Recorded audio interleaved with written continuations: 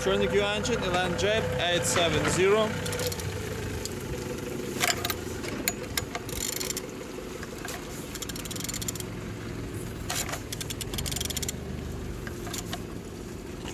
Turning good.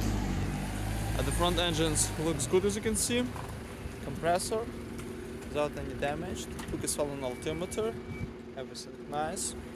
All pipes inside looks good. No rusty.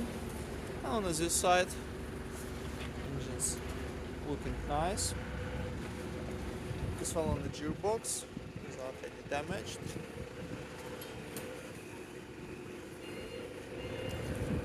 On this side, everything nice. Starter, and good conditions, as you can see. On the top, everything nice. All connectors and injectors without any damage. And on the bottom, oil sump without any cracks, no leaks. And turning engine, 11J870.